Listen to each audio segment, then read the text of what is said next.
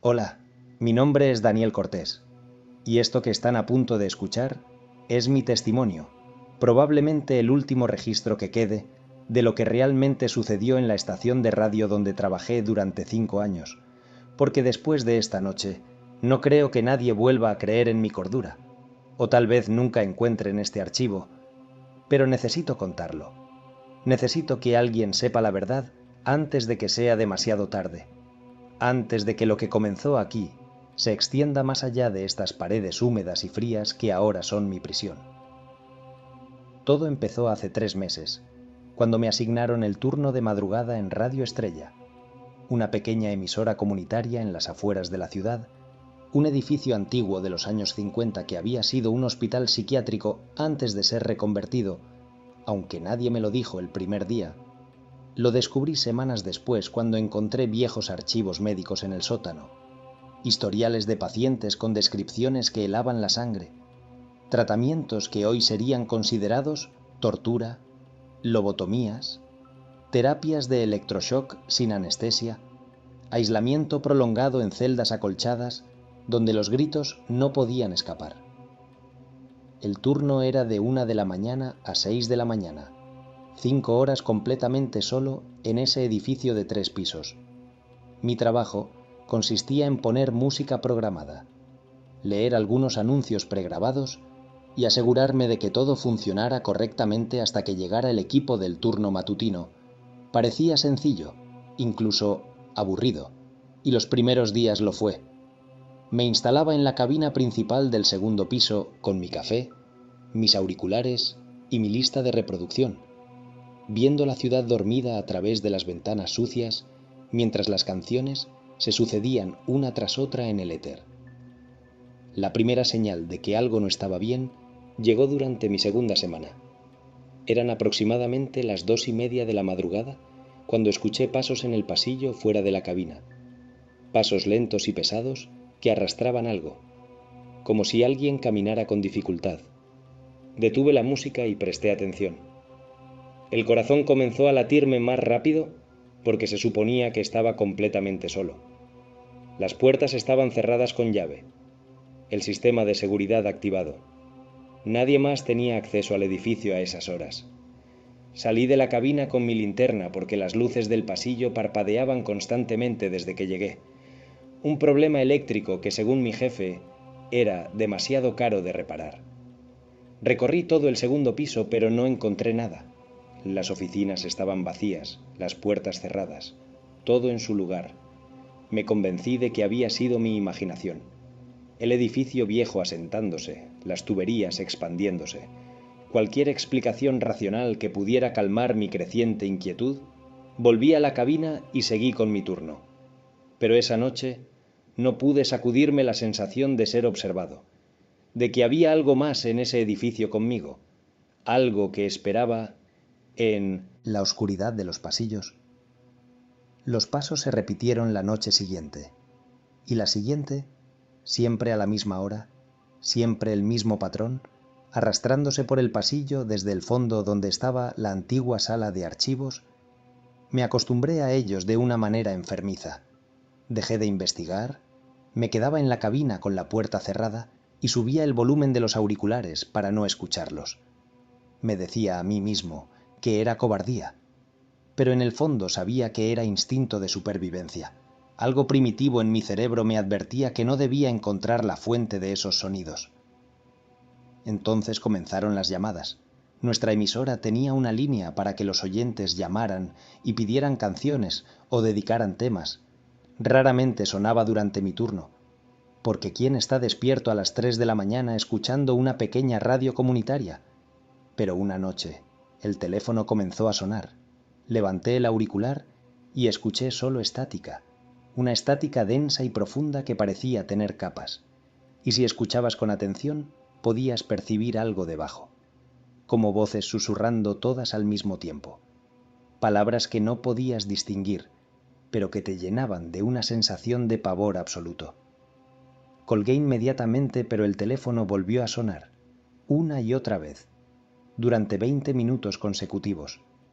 Cada vez que atendía, era la misma estática con esas voces ocultas. hasta que finalmente desconecté la línea telefónica completamente. Mis manos temblaban mientras lo hacía y podía sentir el sudor frío corriendo por mi espalda. Esa noche consideré seriamente renunciar, pero necesitaba el trabajo. Mi situación económica no me permitía darme el lujo de irme sin tener algo más asegurado. La cuarta semana fue cuando vi la figura por primera vez. Estaba revisando los niveles de audio en el panel de control cuando la vi reflejada en el cristal de la ventana que daba al pasillo. Una silueta alta y delgada parada justo detrás de mí, completamente inmóvil. Giré rápidamente, pero no había nadie. La cabina estaba vacía, excepto por mí. Me acerqué a la puerta. La abrí de golpe esperando atrapar a alguien escondiéndose. Pero el pasillo estaba desierto. Las luces parpadeantes creaban sombras danzantes en las paredes, pero nada más. A partir de esa noche, comencé a verla regularmente, siempre en reflejos, nunca directamente, en el cristal de las ventanas, en la pantalla apagada del ordenador, en la superficie pulida de la mesa de mezclas, siempre la misma figura alta y delgada, observándome con una quietud antinatural. Intenté ignorarla, convencerme de que era mi mente jugándome trucos después de tantas noches sin dormir bien, pero cada vez era más difícil mantener esa negación cuando la presencia se volvía más palpable cada noche. Fue en la sexta semana cuando encontré las grabaciones. Estaba buscando un archivo de audio en el viejo sistema de almacenamiento digital cuando descubrí una carpeta oculta etiquetada solo con una fecha de hace 15 años. Dentro había docenas de archivos de audio. Empecé a reproducir uno al azar, y lo que escuché me dejó paralizado. Era una sesión de terapia, un médico interrogando a un paciente, pero la manera en que lo hacía era brutal, agresiva, las preguntas diseñadas para quebrar psicológicamente a la persona, y podías escuchar el terror en la voz del paciente, las súplicas, los sollozos y luego los gritos, cuando comenzaba algo que no quiero ni puedo describir completamente. Escuché varios archivos más, todos similares, todos documentando lo que solo podía describir como tortura psicológica y física, disfrazada de tratamiento médico. El doctor tenía una voz que reconocería en cualquier parte ahora, suave pero con un filo de crueldad, casi divertido por el sufrimiento que causaba. En uno de los archivos mencionó su nombre, Dr. Augusto Vera, y habló sobre su teoría de que el dolor extremo podía resetear la mente humana, permitir reconstruir la personalidad desde cero, una teoría completamente demencial que aparentemente puso en práctica con docenas de pacientes en este edificio. Busqué información sobre él en Internet y lo que encontré fue perturbador. El doctor Vera había trabajado en el hospital psiquiátrico durante 20 años, hasta que una noche de 1987 el edificio se incendió. Murieron 17 pacientes atrapados en sus habitaciones cerradas. El fuego aparentemente comenzó en el sótano y se extendió rápidamente. Las investigaciones nunca determinaron si fue accidental o provocado. El doctor Vera también murió en el incendio. Su cuerpo fue encontrado en su oficina del tercer piso, pero lo extraño era que las puertas estaban cerradas desde dentro, como si hubiera elegido quedarse. Después de descubrir esto, debería haberme ido inmediatamente. Cualquier persona cuerda lo habría hecho, pero había algo en mí que necesitaba entender más, una curiosidad mórbida que me mantenía regresando noche tras noche. Comencé a explorar el edificio más a fondo, áreas que antes evitaba. El sótano donde supuestamente comenzó el incendio todavía mostraba marcas de quemaduras en algunas paredes, y había una habitación al fondo, una habitación que no aparecía en ningún plano del edificio. La puerta estaba oculta detrás de un viejo archivador que tuve que mover con gran esfuerzo. Dentro de esa habitación encontré el consultorio personal del doctor Vera, perfectamente preservado, como si el tiempo se hubiera detenido allí. Su escritorio seguía lleno de papeles, notas manuscritas con su letra apretada y angular describiendo sus experimentos. Había fotografías de pacientes antes y después de sus tratamientos. Las imágenes del después mostraban personas con miradas vacías, como si algo esencial hubiera sido extraído de ellas, y en la pared había un espejo enorme, un espejo de observación de esos que se usan en las salas de interrogatorio. Pero cuando miré a través desde el otro lado vi que daba a una habitación pequeña y acolchada, una celda de aislamiento. Fue en ese momento cuando escuché la voz por primera vez, no a través de grabaciones, sino en vivo, real, resonando en el consultorio vacío. La voz del doctor Vera preguntando si había venido para el tratamiento. Me quedé congelado, incapaz de moverme o responder. La voz sonaba cerca, como si estuviera parado justo a mi lado. Preguntó de nuevo con esa suavidad amenazante que había escuchado en las grabaciones. Dijo que había estado esperando, que los nuevos pacientes siempre llegaban eventualmente, atraídos por el edificio, por la necesidad de ser curados. Corrí como nunca había corrido en mi vida, subiendo las escaleras del sótano, tropezando en mi prisa, sintiendo que algo me seguía, que esa presencia estaba justo detrás de mí, alcanzándome. Llegué a la cabina y cerré la puerta con llave, jadeando, el corazón golpeando tan fuerte que pensé que estallaría. Y fue entonces cuando me di cuenta de algo horrible. En el cristal de la ventana podía ver el reflejo de la cabina, pero yo no estaba solo. La figura alta y delgada estaba parada detrás de mi silla, y lentamente, muy lentamente, comenzó a volverse hacia mí. No pude evitarlo, grité y me giré, pero otra vez no había nadie. La cabina estaba vacía, pero ahora podía sentir el frío, un frío penetrante que no tenía nada que ver con la temperatura del edificio. Era un frío que venía de adentro, como si algo estuviera drenando el calor de mi cuerpo. Mis dientes comenzaron a castañetear y podía ver mi aliento formando nubes de vapor frente a mi rostro, en pleno verano. Las siguientes noches fueron una pesadilla. La actividad se intensificó. Los pasos en el pasillo ahora eran constantes, a veces corriendo, a veces arrastrándose.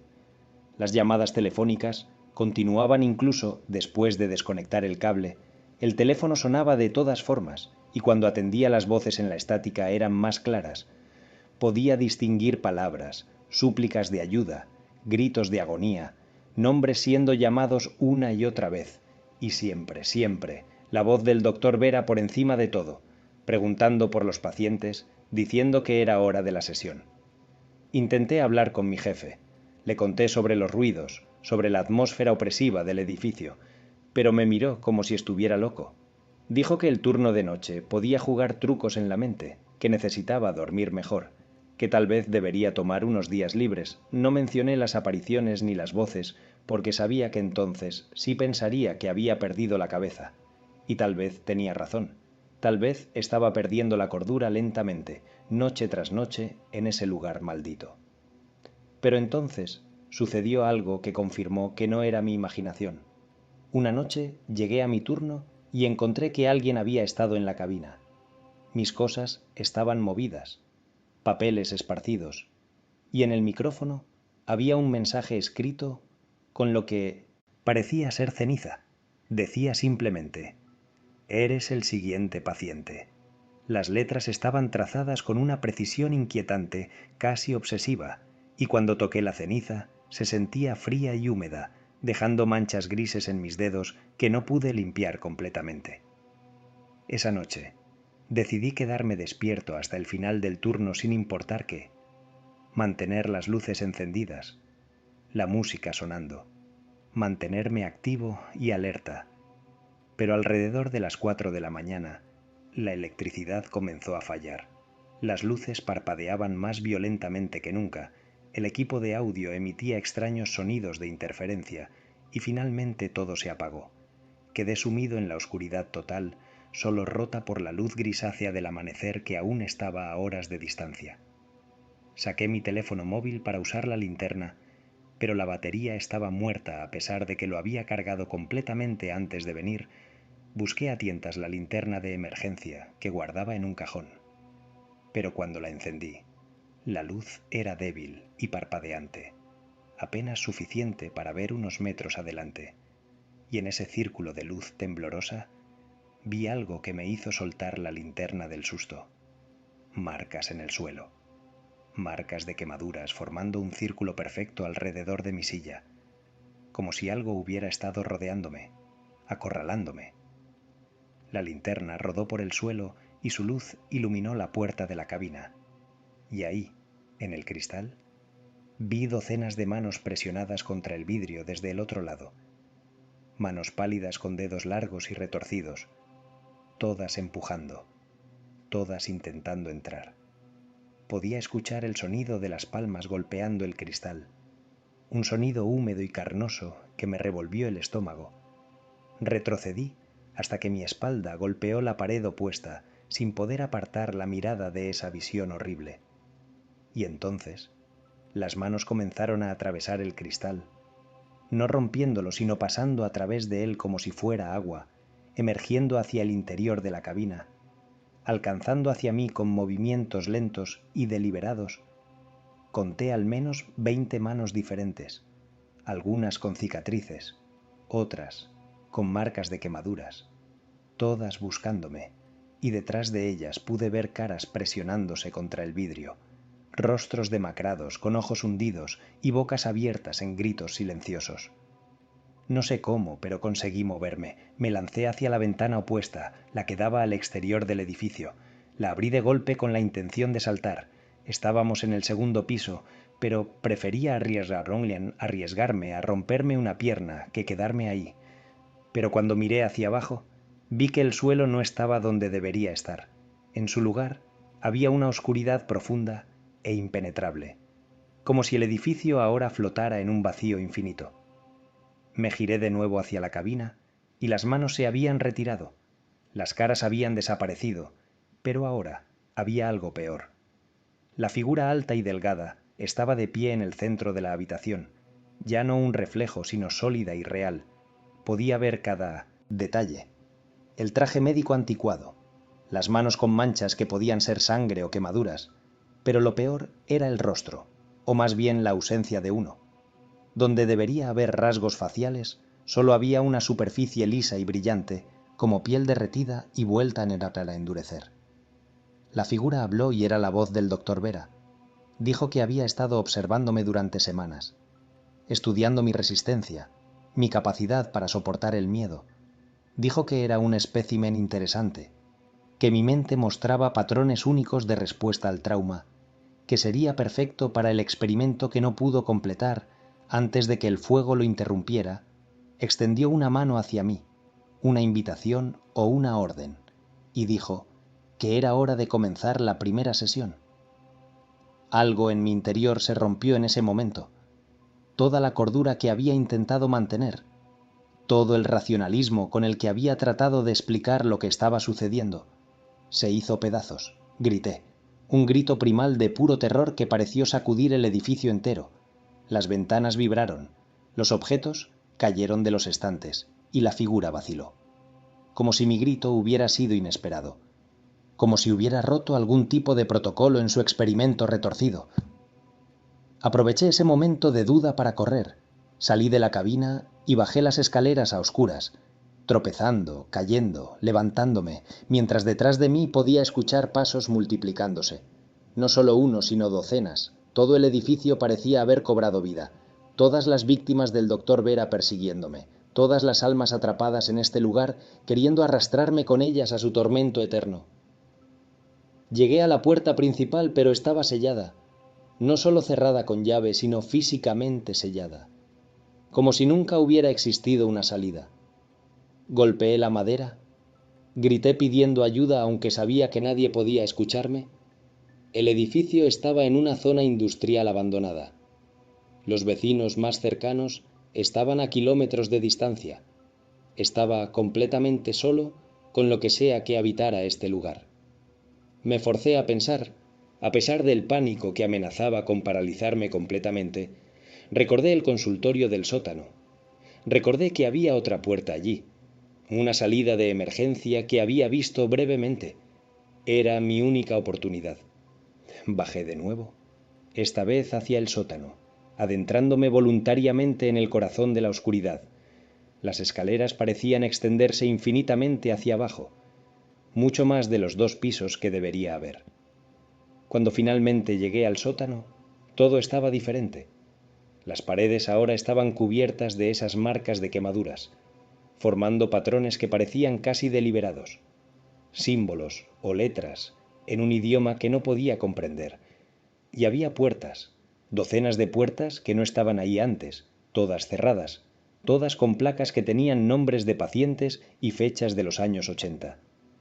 Detrás de esas puertas podía escuchar movimientos, rasguños, gemidos, voces, suplicando ser liberadas. Y me di cuenta con horror de que cada una de esas habitaciones contenía el eco de un paciente, un fragmento de alma atrapada en el momento de su mayor sufrimiento, condenada a repetir eternamente su tormento. El doctor Vera no solo los había torturado en vida, sino que de alguna manera los había atrapado aquí después de la muerte.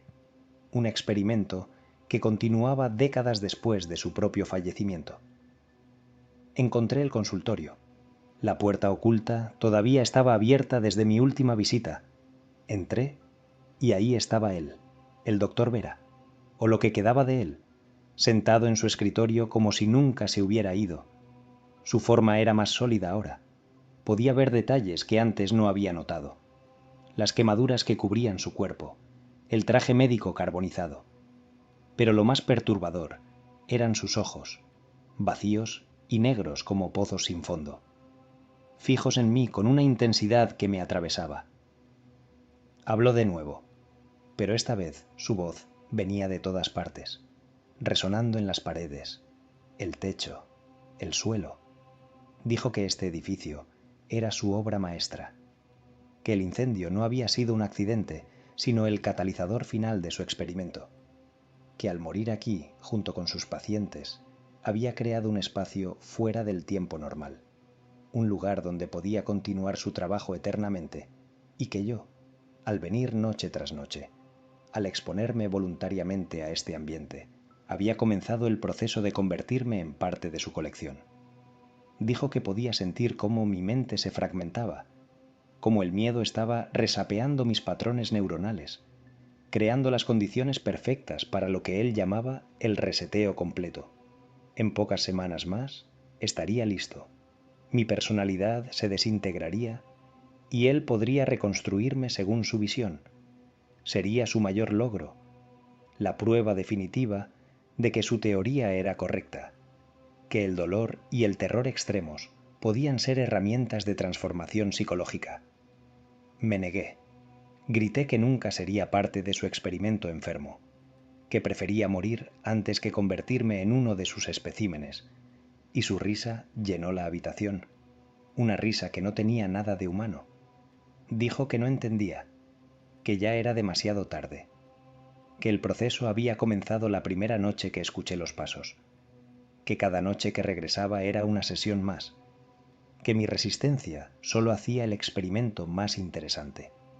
Busqué desesperadamente la salida de emergencia. La encontré detrás de un armario archivador. La empujé con todas mis fuerzas y la puerta se abrió revelando no una escalera sino otro pasillo. Un pasillo que se extendía más allá de lo que mis ojos podían ver, con más puertas, más habitaciones. El edificio se había transformado en un laberinto imposible, una estructura que desafiaba las leyes físicas, expandiéndose internamente más allá de sus límites externos. Corrí por ese pasillo sabiendo que probablemente no llevaba a ninguna parte, pero incapaz de quedarme quieto. Las puertas a los lados comenzaron a abrirse mientras pasaba, revelando escenas de horror, pacientes siendo sometidos a los tratamientos del doctor Vera, procedimientos que hacían que la tortura medieval pareciera misericordiosa, y todos me miraban mientras pasaba. Sus ojos, siguiendo mi carrera frenética, algunos extendían las manos suplicando ayuda, otros señalándome y riendo, sabiendo que pronto me uniría a ellos. El pasillo finalmente terminó en una habitación circular, las paredes cubiertas por ese mismo espejo de observación que había visto antes. Podía verme desde todos los ángulos, multiplicado infinitamente en reflejos que se repetían hasta el infinito. Pero no estaba solo en esas imágenes. En cada reflejo había otras figuras paradas detrás de mí, alrededor de mí, todas mirándome, estudiándome, y reconocí algunos rostros de las fotografías que había visto en el consultorio. pacientes del doctor Vera, de hace décadas, ahora parte de esta existencia fantasmal. En el centro de la habitación había una silla de metal con correas en los brazos y las piernas, manchas oscuras que solo podían ser sangre antigua cubriendo el asiento, y supe instintivamente que si me sentaba ahí, si dejaba que las correas me sujetaran, sería el final. Me convertiría en parte permanente de este lugar, otro eco atrapado, repitiendo mi peor momento por toda la eternidad. El doctor Vera apareció en la habitación, materializándose desde las sombras. Dijo que había llegado el momento, que había resistido admirablemente, pero que la resistencia solo retrasaba lo inevitable, que cada persona que trabajaba el turno de noche eventualmente terminaba en esa silla, que yo era simplemente el más reciente en una larga línea de sujetos de prueba. Me mostró una lista, nombres de personas que no reconocía pero que según él habían sido mis predecesores. Todos habían intentado huir, todos habían fallado. Pero entonces recordé algo: las grabaciones, los archivos de audio que había encontrado, tenían que estar almacenados en alguna parte físicamente, no solo digitalmente. Y si podía encontrarlos, si podía destruirlos, tal vez eso rompería el poder que el doctor Vera tenía sobre este lugar. Era una posibilidad remota, pero era lo único que se me ocurría. Le pregunté directamente dónde estaban las cintas originales, jugando con su ego, diciéndole que quería entender completamente su trabajo antes de convertirme en parte de él. Su vanidad funcionó. Me llevó de regreso al consultorio, a un armario que no había notado antes. Dentro había hileras de cintas de carrete a carrete, cada una etiquetada con un nombre y una fecha.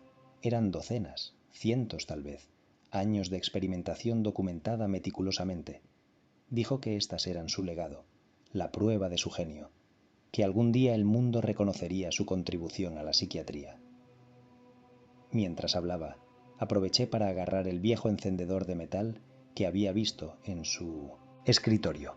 Lo había dejado ahí como si todavía lo usara, y en un movimiento rápido tomé varias cintas y les prendí fuego. Las llamas se extendieron rápidamente por el material viejo y seco. El doctor Vera gritó, un sonido de pura rabia y dolor.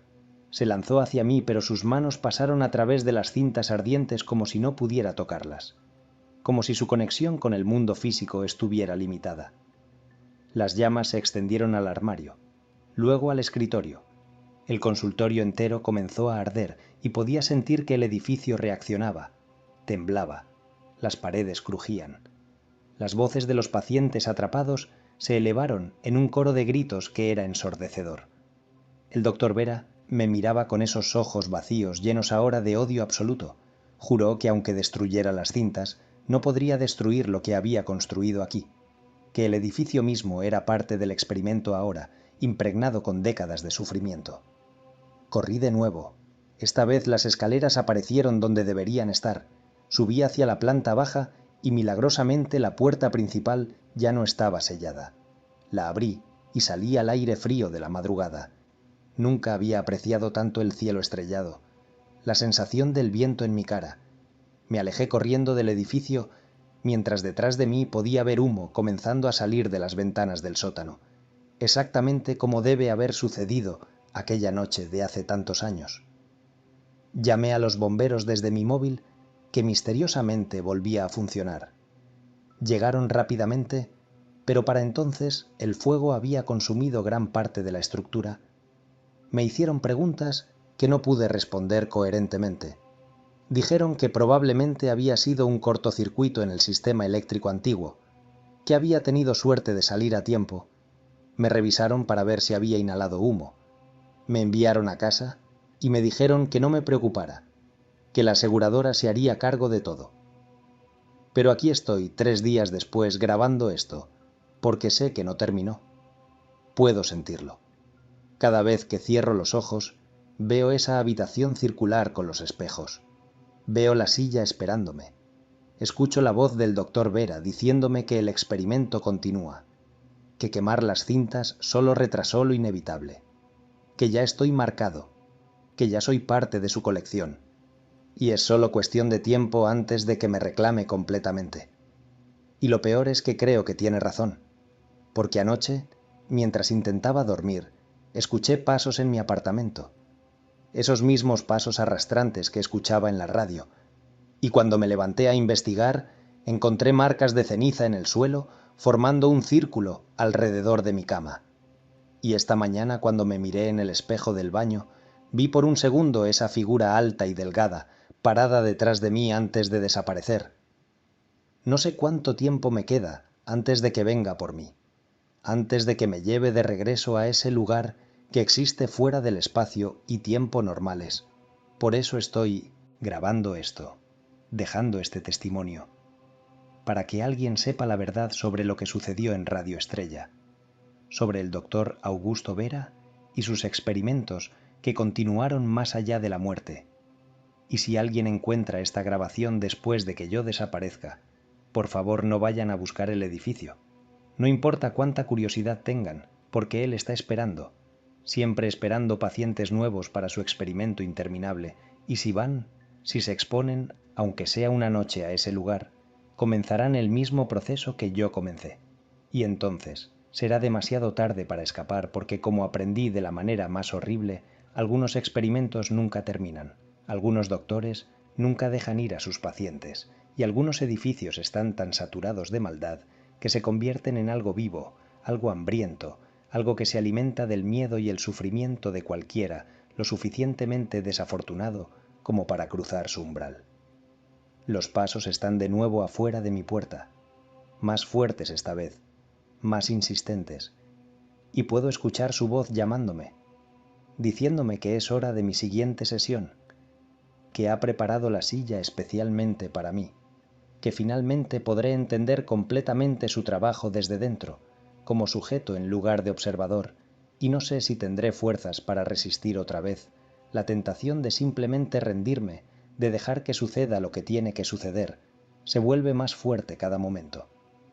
Si me encuentran, si mi cuerpo aparece en algún lugar, o si simplemente desaparezco sin dejar rastro, recuerden que traté de advertirles, que intenté contar la verdad, aunque suene a la historia de un loco, y si alguna vez reciben una oferta para trabajar el turno de noche en cualquier edificio viejo que solía ser un hospital o institución psiquiátrica, rechácenla sin importar cuánto necesiten el dinero, porque hay cosas peores que la pobreza, hay destinos peores que la muerte, y quedar atrapado eternamente en los experimentos de un monstruo muerto es definitivamente uno de ellos. La puerta se está abriendo ahora. Puedo ver la manija girando lentamente, aunque sé que la cerré con llave, y esa luz extraña está filtrándose por debajo, esa misma luz grisácea que veía en el edificio. El doctor Vera está aquí. Puedo sentir su presencia llenando mi apartamento, enfriando el aire, y sé que esta vez no hay escape, que mi tiempo se acabó, que voy a convertirme en el paciente número no sé cuántos en su colección infinita de almas rotas.